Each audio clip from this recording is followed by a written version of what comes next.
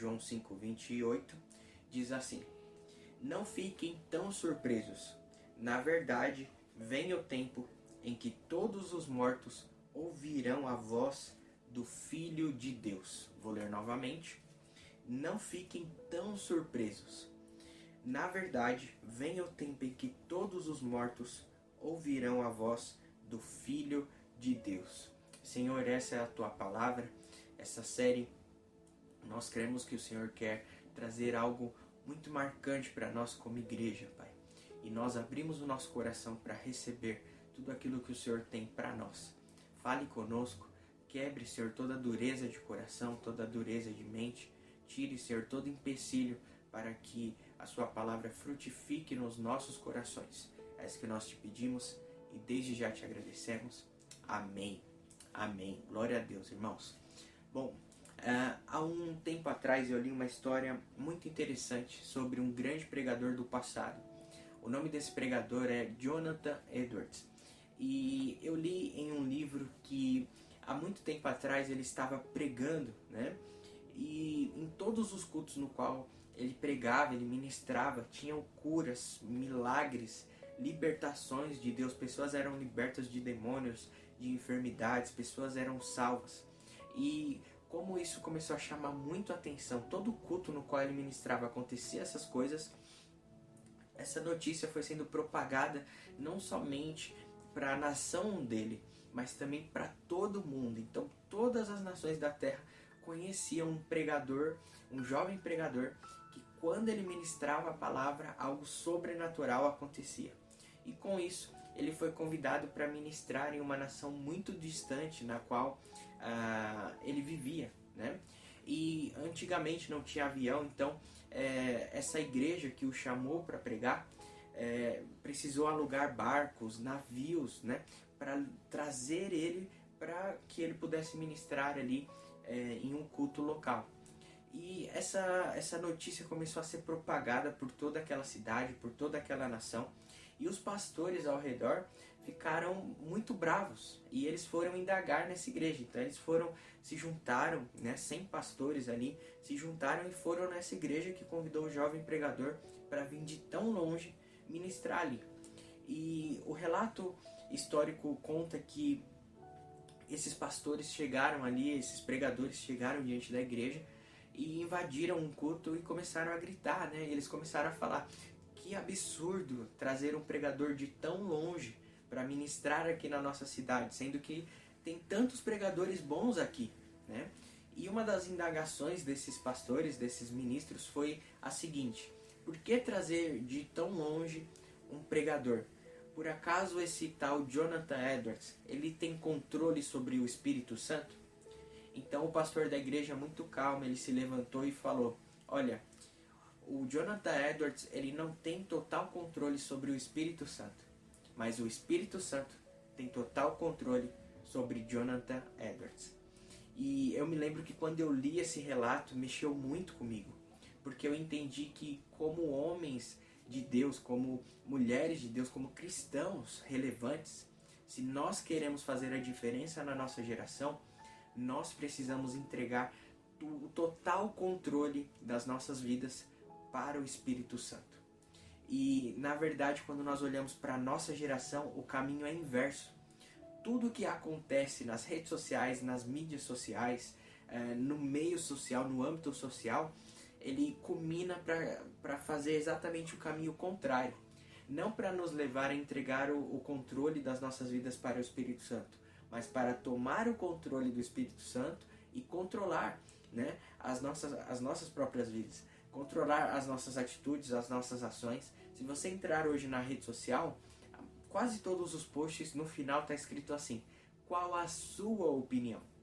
Ou seja, nós somos estimulados a falar o que a gente pensa, né? Nós somos estimulados na nossa geração a ver o que a gente quer, a pensar o que a gente quer, a vestir o que a gente quer, né? As mulheres aí são tentadas dia após dia pelo feminismo, né? Que fala para a mulher: não, seu corpo, as suas regras, né? Você tem que fazer o que você quer, ninguém tem que mandar em você. Ou seja, sem perceber, a gente vai sendo colocado em um lugar onde a gente vai tirando o controle das nossas vidas das mãos de Deus, e vai controlando tudo da forma como a gente quer, entende? E eu quero te perguntar, será que você entregou o total controle da sua vida para o Espírito Santo? Será que hoje você poderia falar, Kennedy, o Espírito Santo controla totalmente a minha vida? Será que você poderia falar, o Espírito Santo controla a minha mente, controla as minhas emoções, controla o meu olhar, o meu ouvir, o meu falar, as minhas ações? Será que nós como cristãos podemos falar como aquele pregador falou de Jonathan Edwards, que o Espírito Santo tinha total controle sobre ele? Sabe, irmãos, nós estamos vivendo dias difíceis. E nos nossos dias, uma das coisas mais difíceis que nós estamos vivendo é andar na contramão deste mundo. A Bíblia sempre nos ensina isso, né? A nós não nos conformarmos com este mundo, com este século, a nós irmos na contramão do que está sendo propagado. E uma das coisas que é mais falado na nossa geração é que nós merecemos ser felizes, né? É que nós merecemos nos dar bem, temos que ter prazer sim na carne, temos que pensar o que a gente quer, ver o que a gente quer, ouvir o que a gente quer, comer o que a gente quer. Ou seja, a gente tem que ter um total domínio da situação.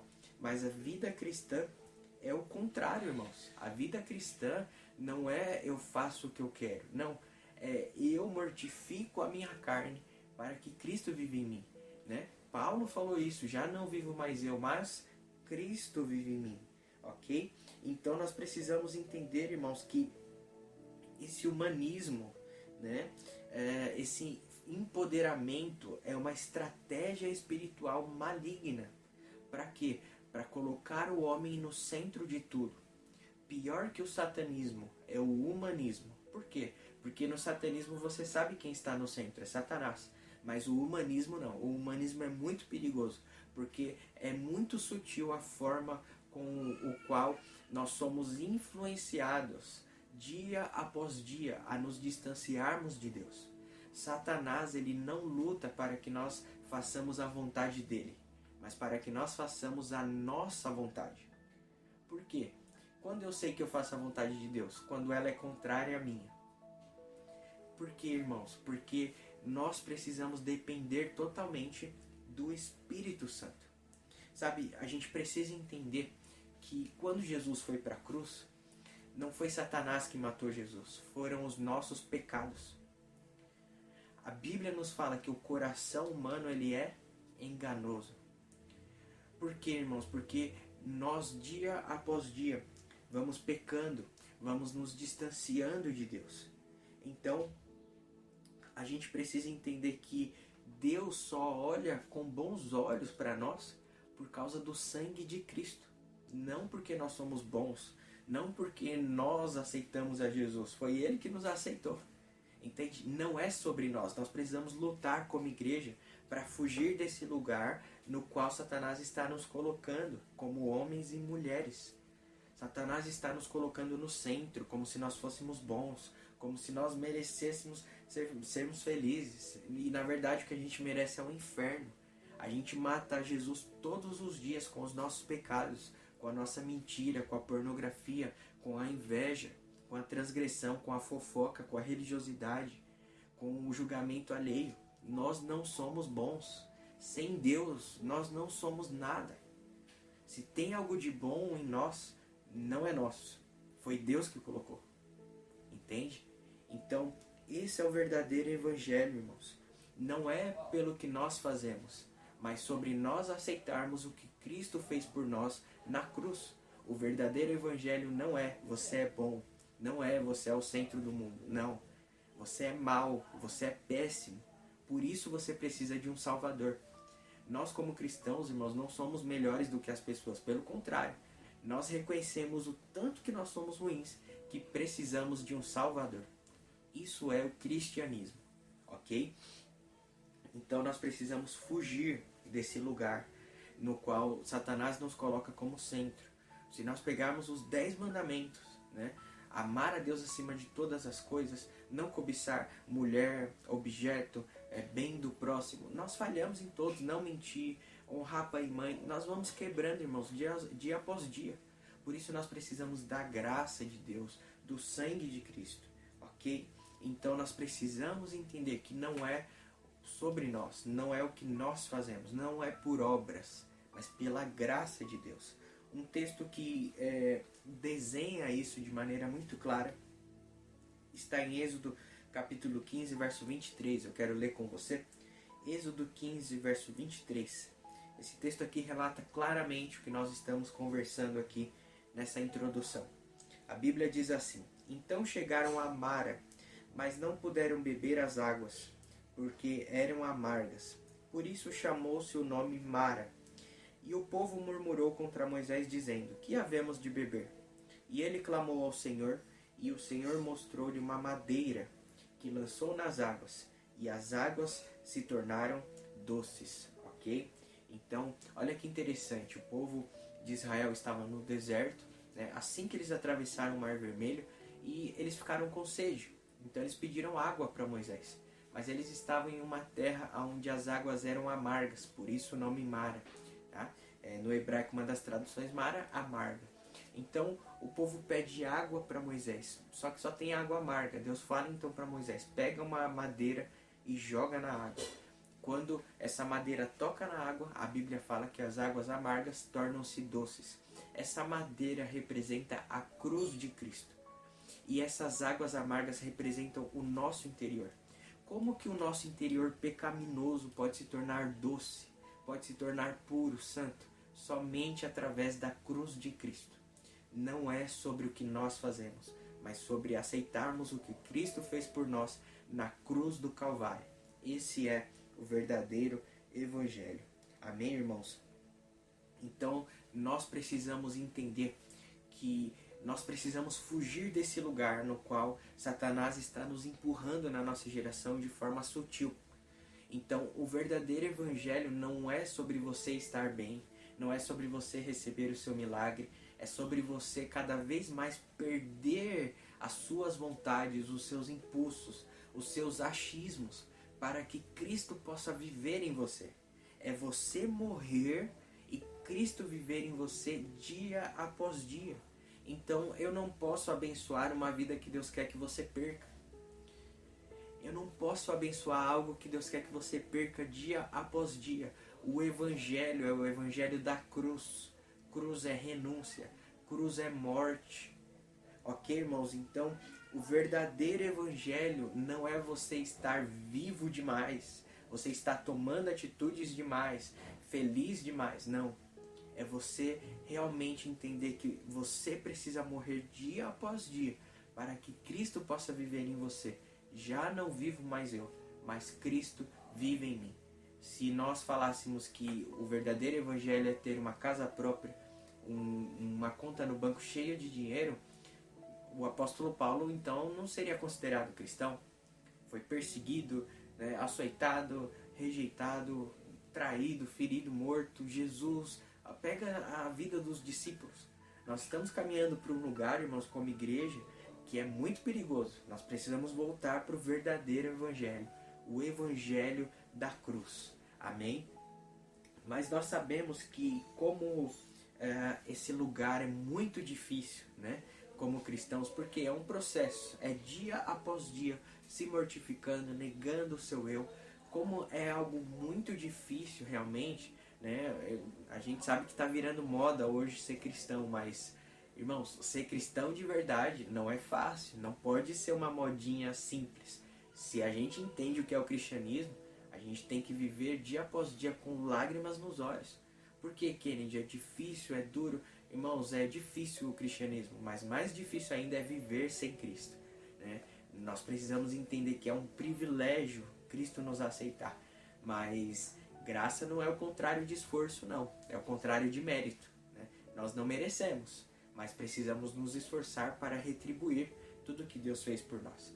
E isso é muito difícil, é um processo, é dia após dia. Um dia nós vencemos, outro dia nós perdemos. Por isso estamos falando aqui de pecados ocultos, né? Um dia vencemos, outro dia perdemos. Um dia estamos vivendo em santidade, no outro dia nos pegamos errando na mente, em atos, em palavras, em atitudes, enfim. É uma luta diária. E por conta disso, irmãos, a nossa alma, né? A alma humana é mente, vontade e emoção. A nossa alma luta contra o espírito. Por quê? Porque a nossa alma não quer nos levar para um lugar de sacrifício. Ela não quer nos levar para um lugar de morte, ok? E olha que interessante, irmãos. Davi, né, no salmo talvez mais famoso da Bíblia, ele fala sobre o vale da sombra e da morte, correto? E quando você estuda, você descobre que o vale da sombra e da morte é um caminho, né, em um dos desertos mais conhecidos ali, das regiões nas quais Davi fugia de Saul, né? E esse vale, ele tem um caminho muito estreito, que é conhecido como Vale da Sombra e da Morte. Esse caminho estreito é exatamente do tamanho, né, da mente para o coração. É um caminho muito, muito pequeno, mas dá exatamente o tamanho da nossa mente para o nosso coração, da mente para o coração humano. Irmãos, o que isso significa? O vale da sombra e da morte é uma luta entre a alma humana, se nós vamos morrer para Cristo ou se nós vamos continuar vivos para este mundo. Então, nós precisamos entender, irmãos, que há uma razão humana diariamente lutando para que eu e você não sejamos entregues como sacrifício vivo para diante de Deus. Porque a alma humana, o coração humano, ele rejeita a santidade. Ele rejeita esse lugar de realmente do senhorio de Cristo. Por isso que a Bíblia fala entre uma luta, entre uma disputa da carne e do espírito, o fruto da carne, né, as obras da carne e o fruto do espírito. Por isso que a Bíblia coloca esses dois embates, ok?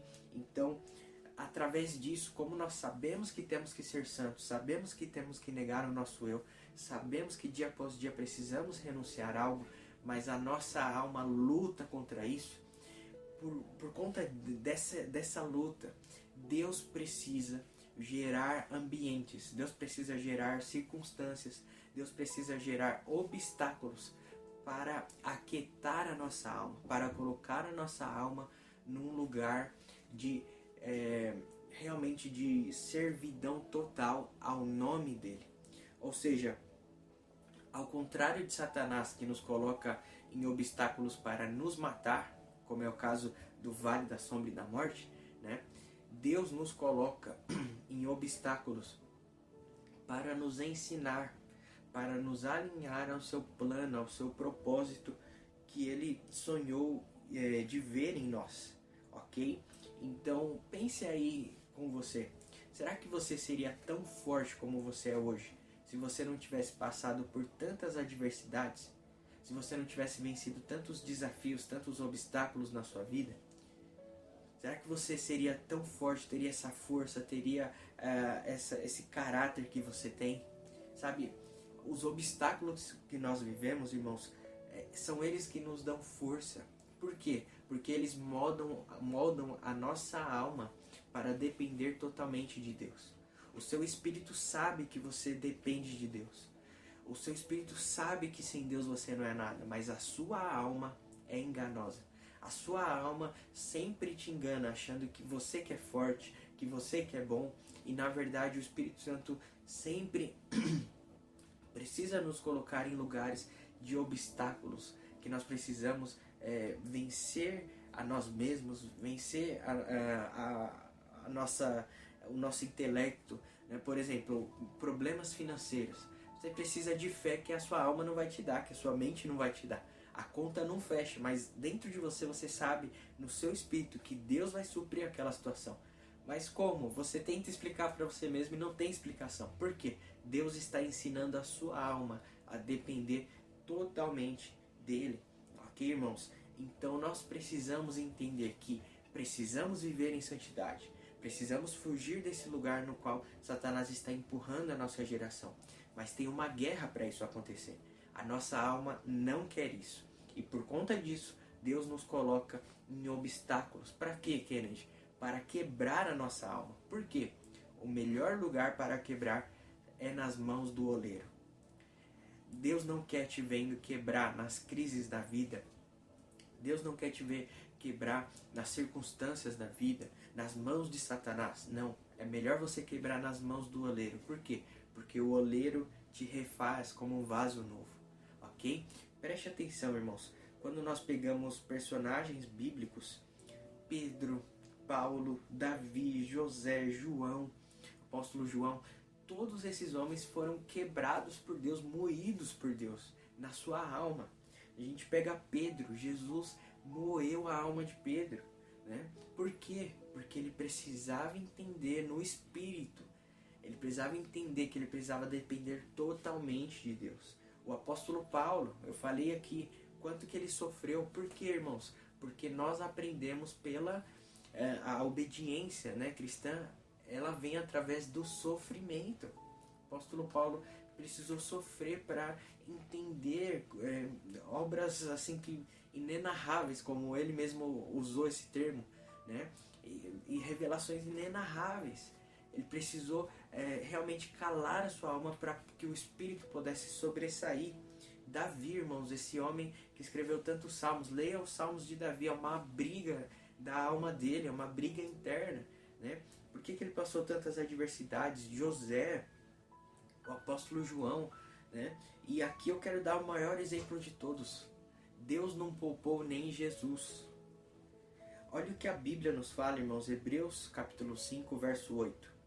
Hebreus 5, verso 8. A Bíblia nos fala: embora fosse filho, aprendeu a obediência pelas coisas que sofreu, e tendo sido aperfeiçoado, tornou-se autor da salvação eterna para todos os que lhe obedecem. Irmãos, a Bíblia está falando que Jesus aprendeu a obediência pelas coisas que sofreu. Deus não poupou nem Jesus, nem a alma de Jesus. Agora você precisa entender, por que Jesus teve que aprender a obedecer? Porque Jesus nunca habitou num corpo humano, um corpo com tendências pecaminosas. Então Jesus teve que aprender a obedecer. Como? Pelo sofrimento. Então essa é a forma de Deus tratar a nossa alma, irmãos. Ok? Jesus aprendeu através do sofrimento, das tentações, das renúncias, do jejum. Ele aprendeu a obedecer dessa forma. Ok? Então, na mentalidade de Deus, não há obediência sem sofrimento. Ok? Deus nos permite sofrer para quê, Kennedy? Para gerar Cristo em nós. Quando você está sofrendo, quando a sua alma entra num lugar de desespero, de não saber o que fazer, aí sim Deus começa a agir. Por quê? Porque o poder de Deus se aperfeiçoa na nossa fraqueza. Ok, irmãos? Então o Evangelho ele foge totalmente da contramão disso que está sendo falado na nossa geração. Que você é muito bom, que você precisa ser feliz, que o seu corpo, suas regras. Não, o Evangelho não é isso. O Evangelho é quanto mais você não está entendendo o que está acontecendo, mais Cristo está sendo formado em você. Porque não é sobre você ter o controle da sua vida, mas sobre você entregar dia após dia o controle da sua vida para o Espírito Santo. Amém, irmãos? Então, olha que interessante esse testemunho do Bill Johnson, um pastor da Bethel, né? Recentemente a esposa dele faleceu. E o velório dela foi num sábado e toda a igreja tomou um susto, porque no domingo esse pastor apareceu lá para pregar. E todo mundo tomou um susto e aquela expectativa para saber o que o pastor iria falar na pregação, né? E eu anotei aqui as palavras que esse pastor começou a ministrar. Bill Johnson disse o seguinte: hoje eu estou tendo a oportunidade de oferecer a Deus uma adoração que não conseguirei entregar na eternidade. A adoração em meio à dor. Olha que forte isso, irmãos. Um homem que entendeu o que é o verdadeiro evangelho. O verdadeiro evangelho não é você adorar a Deus porque Ele te deu uma casa, porque Ele vai te dar um carro, porque Ele vai te dar dinheiro. Não. É você adorar a Deus porque você está entendendo que mesmo as coisas não dando certo como você gostaria, como a sua alma gostaria, você está entendendo que Cristo está sendo formado em você. Irmãos, esse evangelho tem saído de moda. Esse evangelho tem saído dos púlpitos das igrejas. Esse evangelho tem saído do coração, da mente dos cristãos. Mas é para esse lugar que nós precisamos voltar. O verdadeiro evangelho não é o evangelho de prazer, é o evangelho de sacrifício. Eu quero ler com você 2 Crônicas capítulo 1, verso 6. Aqui nós vamos ler sobre Salomão. 2 Crônicas capítulo 1, verso 6 diz assim: Salomão ofereceu ao Senhor 1000 holocaustos sobre o altar de bronze na tenda do encontro. Ok? Irmãos, quando nós falamos o número 1000 sobre a vida de Salomão, o que você lembra? Que Salomão teve 1000 mulheres, correto? Só que olha que interessante, o primeiro relato bíblico, né, da vida de Salomão, quando relata o número 1000, não fala de prazer, fala de holocaustos, de sacrifício. Ou seja, Salomão começou a sua caminhada com Deus sacrificando, mas ele terminou a sua vida em uma vida de prazer. Salomão trocou sacrifício por prazer. É isso que está acontecendo na nossa geração. Nós estamos trocando o evangelho do sacrifício, o evangelho que não importa o que eu estou vivendo, eu sou fiel a Deus, não importa o que eu estou vivendo, não importa o que a minha alma está achando, o meu espírito está recebendo Cristo dia após dia. Não, a gente está vindo para um lugar de prazer, um lugar onde a gente é o centro, onde agradar o que a gente quer é o mais importante. E esse não é o verdadeiro evangelho. Irmãos, olha o que Romanos 12, verso 1 nos fala, um dos textos mais conhecidos da Bíblia.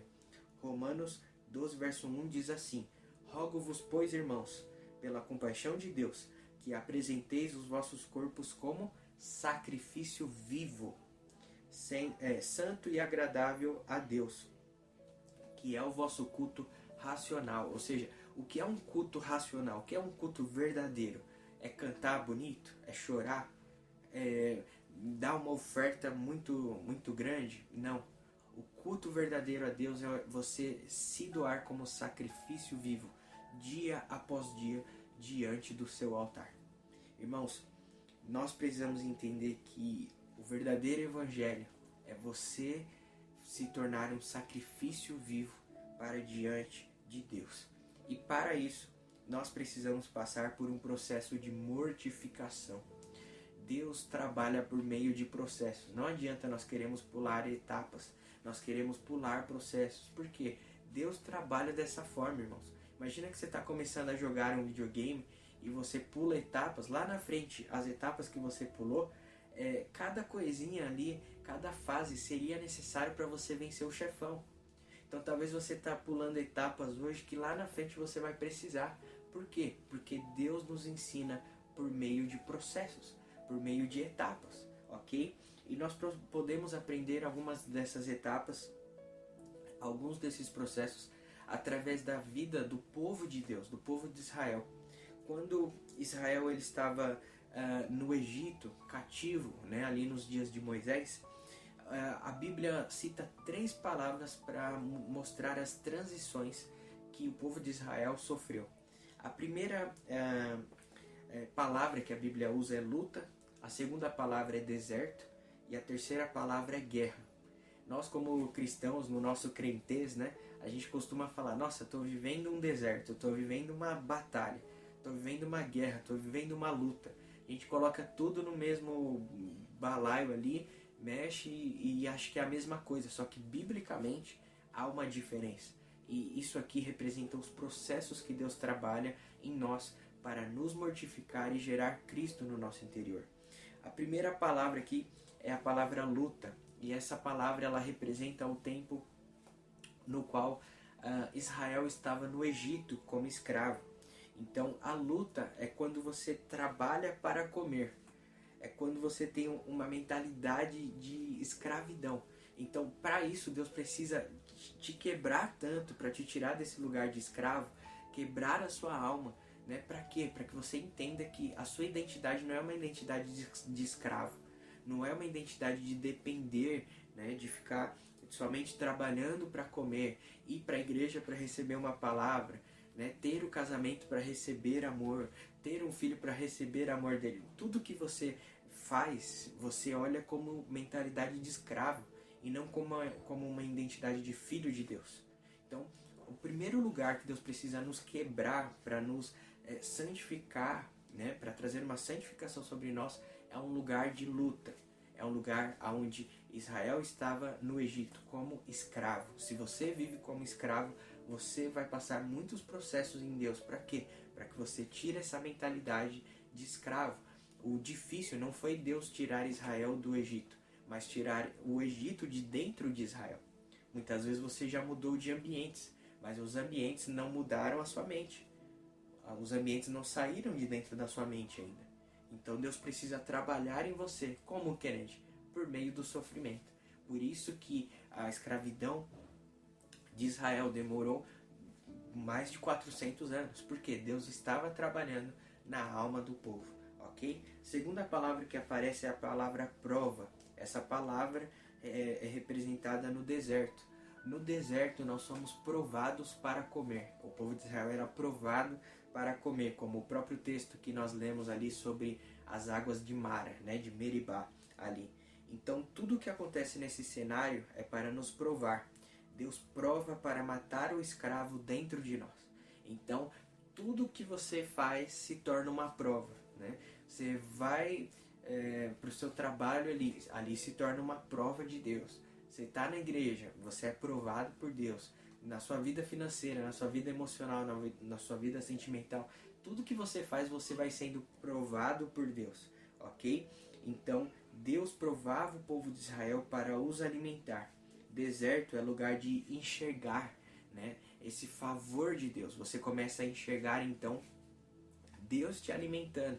Você começa a entender as provas de Deus, você começa a entender o propósito das provas, né? Então você vai deixando de ser escravo do Egito e vai se entregando ao senhorio de Deus, ok?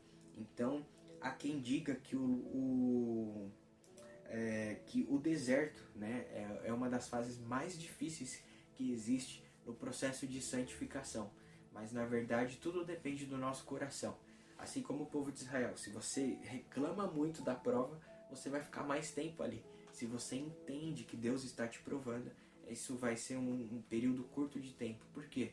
Deus não quer o seu sofrimento, Deus quer o seu coração. Deus quer a sua obediência, ok? E a terceira palavra que aparece é a palavra guerra. Essa palavra representa a terra prometida. É o lugar onde você precisa proteger as promessas de Deus no seu coração. Tem lugares, tem ambientes que nós entramos em Deus que nós precisamos entender que nós não temos mais que trabalhar para ter algo, mas trabalhar para proteger algo. Por exemplo, muitas vezes nós trabalhamos para receber um dom, certo? Mas poucos de nós vivemos de forma intensa para proteger esse dom. Muitos de nós muitas vezes trabalhamos para pedir uma unção para Deus, mas poucos de nós trabalhamos para proteger essa unção. Então tem lugares que Deus nos prova, que Deus vai quebrando a nossa alma para que a gente entenda que é um lugar de proteger as coisas que Ele já nos deu. Por exemplo, talvez você pediu uma família para Deus por muito tempo. Hoje você tem uma família, mas você protege essa família? Você ora pela sua família, você jejua pela sua família, você é uma pessoa sábia com a sua família.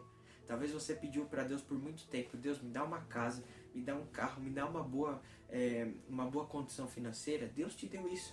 Hoje você protege essa bênção de Deus? Faz sentido? A nossa alma, irmãos, nos dias nos quais nós estamos vivendo, nós vamos sendo levados, né, para um lugar onde a nossa alma acha que nós conquistamos algo e já está bom. Quando a gente esquece que também precisamos proteger aquilo que Deus nos deu, ok? Então há quem diga que o lugar de vigilância, né, o lugar de maior vigilância não é quando você está mal, mas quando você está bem. Por quê? Porque quando nós estamos bem, nós somos tentados a fazer tudo o que nós queremos. Foi assim com Davi.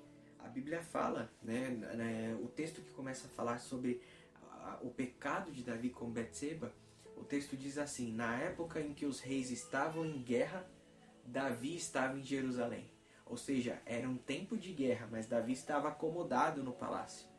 Entende? Há momentos que você precisa entender, não é porque você já conquistou o que você queria, que você não precisa proteger essas bênçãos em Deus. Faz sentido? Então, para isso, Deus te coloca em lugares de desconforto. Para quê? Gerar na sua alma uma indecisão, uma coisa que não faz sentido. Para quê? Para que você não viva pela alma, mas para que você seja guiado pelo Espírito. Romanos 8,14 diz isso. Os filhos de Deus são guiados pelo Espírito Santo de Deus. Não importa a fase na qual você está, se é no Egito, se é no deserto ou se é na terra prometida. Você não pode viver pela sua alma. Você precisa viver e ser guiado pelo Espírito. Então, por isso, muitas vezes nós vivemos circunstâncias e adversidades que não fazem sentido. Por quê? Não faz sentido para a alma. Mas se você calar a alma e olhar o Espírito, vai fazer sentido. Ok? Então, irmãos, o propósito desses processos é nos tornar de escravos a generais do exército de Deus. Olha que interessante, Êxodo capítulo 13, verso 17. Êxodo 13, 17 diz assim: Quando por fim o faraó deixou o povo sair, Deus não os constituiu pela estrada. Aliás, Deus não os conduziu pela estrada principal que corta o território dos filisteus. Embora fosse o caminho mais curto, Deus disse: se eles tiverem de enfrentar uma batalha, pode ser que mudem de ideia e voltem ao Egito. Por isso, Deus fez o povo dar volta pelo deserto, rumo ao Mar Vermelho. Assim, os israelitas saíram do Egito como um exército preparados para marchar. Olha que interessante, irmãos. Na mentalidade do povo de Israel, eles eram escravos saindo do Egito. Mas na mentalidade de Deus, eles eram um exército. Você precisa entender como Deus te enxerga. A identidade na qual Deus te enxerga. Por quê? Porque nos processos nós vamos esquecendo quem nós somos. Porque a nossa alma grita para sair desses lugares. Mas no Espírito nós precisamos entender como Deus nos enxerga, como o mundo espiritual nos enxerga. Quem Deus diz que nós somos. Por quê? Porque nós não somos escravos. Deus nos enxerga como guerreiros. Por isso Deus nos coloca nessas provas. Por quê? Porque Deus não nos vê como vítima. Deus nos vê como soldados fortes que vão enfrentar uma guerra para quê? Para que Cristo seja gerado no interior deles. Ok, irmãos? Então, nós precisamos entender o texto que nós lemos lá no início. Você se lembra? O texto nos fala que chegará o dia em que os mortos ouvirão a voz de Deus. Irmãos, nós cremos que nós estamos vivendo esses dias. Muita coisa está sendo falada. E quando se trata da voz de Deus, né, nós estamos vendo muitos ecos, mas poucas pessoas estão entendendo realmente a voz de Deus. Por quê? Porque nós estamos vivos demais. Nós cremos que nós estamos vivendo um tempo onde os mortos ouvirão a voz de Deus. Onde quem morre para si mesmo e deixa que Cristo viva nele, vai conseguir ouvir a voz de Deus para sua família, a voz de Deus para suas finanças, para sua empresa, a voz de Deus para o seu chamado ministerial, a voz de Deus para o próximo passo, para a próxima etapa que ele precisa tomar. Sabe? Muitas vezes nós vivemos de acordo com a nossa alma. E reflita aí comigo, se você vivesse no Espírito, se você entregasse realmente o controle da sua vida para o Espírito Santo, você não teria evitado muitos problemas na sua vida? Você não teria evitado muitas palavras que você teve que pedir perdão, muitas atitudes que foram mal para a sua reputação, né? Muitas atitudes que você tomou que você hoje fala, não deveria ter feito isso. Viver pelo Espírito não seria muito mais fácil? Você ouvir a voz de Deus, olha, vira à direita, não vá por esse lugar, não faça isso, não fale essa palavra, não tome essa atitude, não tome essa decisão de cabeça quente. Não seria mais fácil viver ouvindo a voz de Deus? Você quer ouvir a voz de Deus? Você precisa morrer para você mesmo. Esse é o verdadeiro Evangelho. Irmãos, através dessa mensagem o Senhor está nos mostrando que é tempo de santidade. Nós não podemos viver um Evangelho sem morte, sem renúncia, sem cruz. Amém? Então, nós precisamos entender que, embora não seja mais falado na nossa geração, né, sobre céu e sobre o inferno, isso são realidades, irmãos, indispensáveis. Então, mais do que nós vivemos uma vida cristã acomodada, nós precisamos entender que se eu tenho pecado na minha vida, se eu estou vivo demais, além de eu não ouvir a voz de Deus e não ter uma vida reta, uma vida digna de um cristão, né? Não viver tudo aquilo que está disponível para que eu viva, eu vou me frustrar, eu vou tomar atitudes erradas porque eu não escuto a voz de Deus, porque eu não estou mortificando a minha carne. Além de não ter uma vida boa aqui na terra, a minha decisão de não mortificar o meu eu vai fazer com que eu acumule pecados ocultos na minha vida. E isso pode me tirar do céu. Isso pode me levar para o inferno. Então você pode estar dentro da casa de Deus. Pode ter 10, 15, 20 anos aí de uma vida cristã. Não importa, se você não entendeu o que é o evangelho, o que é renúncia, o que é mortificar a sua carne, você corre um sério risco de não acessar a vida eterna com Deus. Você corre um sério risco de ir para o inferno. Então, irmãos, são dias que nós precisamos entender o tempo no qual nós estamos vivendo. Nós estamos vivendo os últimos dias. Há uma mobilização social, espiritual, mental, emocional, social, para Satanás nos empurrar como seres humanos para o centro do mundo. Para que nós possamos fazer o que a gente quer, na hora que a gente quer, falar o que a gente quer, não levar desaforo para casa, não dar outra face, viver totalmente contrário ao que Jesus nos ensinou. Mas o Evangelho não. O Evangelho é a contramão disso, irmãos. E se nós tentarmos viver uma vida dupla, não, eu sou cristão, mas eu não perdoo. Não, eu sou cristão, mas eu não sou humilde. Não, eu sou cristão, mas eu não levo desaforo para casa. Não, eu sou cristão, mas eu não consigo mudar o meu caráter. Não, então desculpa, você não é cristão. Você está se enganando e além de você não ouvir a voz de Deus, além de você não ser guiado por Deus, além de Deus não ter controle sobre a sua vida, você se frustrar nessa terra, você corre um sério risco de ir para o inferno. Então é por isso, irmãos, que Deus está trazendo essa série sobre nós. Pecados ocultos. O primeiro pecado oculto do cristianismo nos nossos dias é tentar viver uma vida dupla. É tentar viver o evangelho da nossa forma, do nosso jeito, sem morrer para nós mesmos. Irmãos, não há evangelho sem cruz. Não há evangelho sem renúncia. O cristianismo, irmãos, se baseia em Cristo. E o que Cristo fez por nós? Morreu, renunciou a si mesmo. Irmãos, Deus expulsou Lúcifer do céu por causa de um pecado, o pecado do orgulho. Nós vamos ter 2 ministrações sobre esse tema. Você acha que Deus deixaria, né, nós entrarmos no céu carregando diversos pecados no nosso coração? Deus expulsou Lúcifer, um anjo, um querubim belo, com dons, com beleza, com talento. Você acha que Deus vai deixar eu e você entrarmos no céu, sendo que Ele nos deu a oportunidade de viver uma vida santa, digna, reta, que espelhasse sua glória aqui na terra, e nós recusamos para viver o evangelho do nosso jeito? Você acha que Ele vai nos deixar entrar no céu dessa forma? Irmãos, nós precisamos entender que é tempo de uma santidade radical. Mesmo que as pessoas olhem para você e falem: nossa, como você é radical, não precisa fazer tudo isso. Jesus não falou para fazer tudo isso, né? Hoje é moda as pessoas que não leem a Bíblia, não leem a Bíblia, falar como Jesus ensina os cristãos a viverem, né? A pessoa nunca leu os 4 evangelhos, nunca leu a Torá, os 5 primeiros livros da Bíblia, não conhece a história de Israel, não conhece as epístolas paulinas, nunca leu o Apocalipse, mas quer doutrinar os cristãos, né? Então, na verdade, a santidade radical, irmãos, é simplesmente a santidade bíblica nos nossos dias.